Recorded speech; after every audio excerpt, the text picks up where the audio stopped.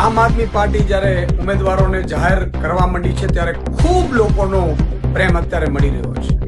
અત્યારે આમ આદમી પાર્ટી મજબૂતાથી ચૂંટણી લડી રહી છે અને જે રીતે સુરતમાં 5 વર્ષ આમ આદમી પાર્ટીએ વિપક્ષમાં ભૂમિકા ભજવી અને સુરતનું પહેલું લિસ્ટ જ્યારે જાહેર થયું ત્યારે સેંકડો ફોન આવ્યા છે કે આમ આદમી પાર્ટીનો આ વખતે સુરતમાં મેયર બનાવવાનો છે, તમે મજબૂત ઉમેદવારો ઉતારો.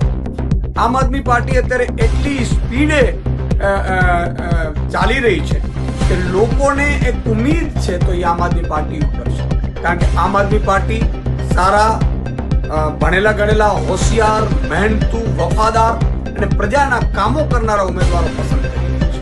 અને એટલા માટે સુરતમાંથી પણ ઢગલાબંધ અમને ફોન આવ્યા, મને પણ ફોન આવ્યા કે આ વખતે સુરતમાં મેયર બનાવવાનો છે, તમે મજબૂત લીડરશિપમાંથી કોઈને ઉતારો. અને એટલે જ માનનીય અરવિંદ કેજરીવાલજી, માનનીય શ્રેષ્ઠ નેતૃત્વ, માનનીય અમારે પ્રદેશની આખી ટીમે નક્કી કર્યું છે.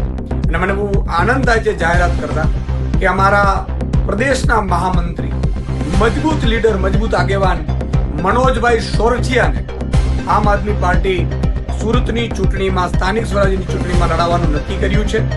આજે સુરતની જનતા પણ ઈચ્છી રહી હતી, કેટલાય ફોન આવ્યા કે મનોજભાઈ સોરઠિયાને તમે અહીંયા ઉતારો, લડાવો, અને કારણ કે સુરતમાં મેયર બનવા જઈ રહ્યું છે.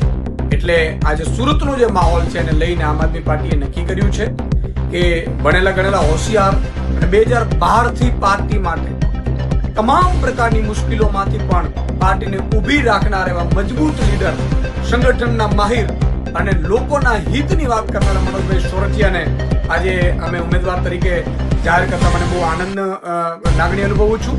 અને હું મનોજભાઈને અભિનંદન આપું છું કે સુરતની જનતા તમારો ઇંતજાર કરે છે અને જલ્દી ચૂંટાઈ અને સુરતમાં સારું સુશાસન આપો.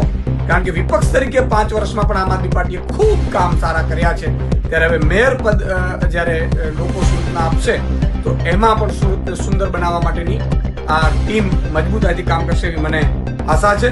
મનોજભાઈને ફરીથી શુભકામના.